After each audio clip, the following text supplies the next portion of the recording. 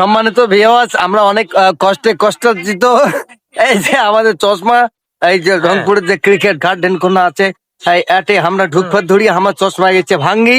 ওই যে চশমার অর্ধেক আছে আমার এই যে বড় ভাই ওই জাহাঙ্গীর হোসেনের কাছে, আর চশমার ধান টাকান ফির মনে কাছে তোরা এই সময় ভাবি ফোন দিচ্ছে না। পছন্দ করুন তারপরে। এই হচ্ছে আমার ঘটনা।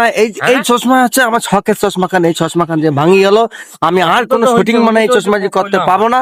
এই জন্য আমি দুঃখিত। আমার এই চশমা খান আপনারা চোখে না দেখলে অবশ্যই আপনারা সমবেত নামের দুঃখ জানাবেন। কান্নাকাটি করিস না মিয়া, চশমাটা নেই তো, আমারটা নেই, আমারটা নেই, তুই কার কান্নাকাটি করছিস?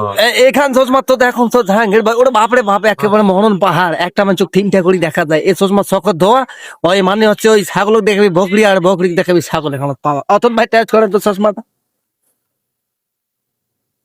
অথন ভাই চশমাটা চকে দেন।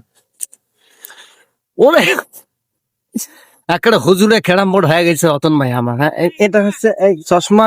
এই চশমা হচ্ছে আমার বাড়ি এলি খুব শখ করে আমাকে ওই পার্কে গিয়ে কিনে দিয়েছিল। এই চশমাটা হচ্ছে আমার অনেক ভালোবাসার স্মৃতি এখানে জড়িয়ে আছে। হ্যাঁ, এই জাহাঙ্গীর ভাইয়ের জন্য আমার সব নষ্ট হয়ে গেল। এই পেছনের যে লক্ষণ আছে, ভাই যা এই পেছনের যে লক্ষণ আছে, এই লক্ষণ হচ্ছে আমার চশমাটা যে ভাঙি দেওয়ার জন্য দায়ী।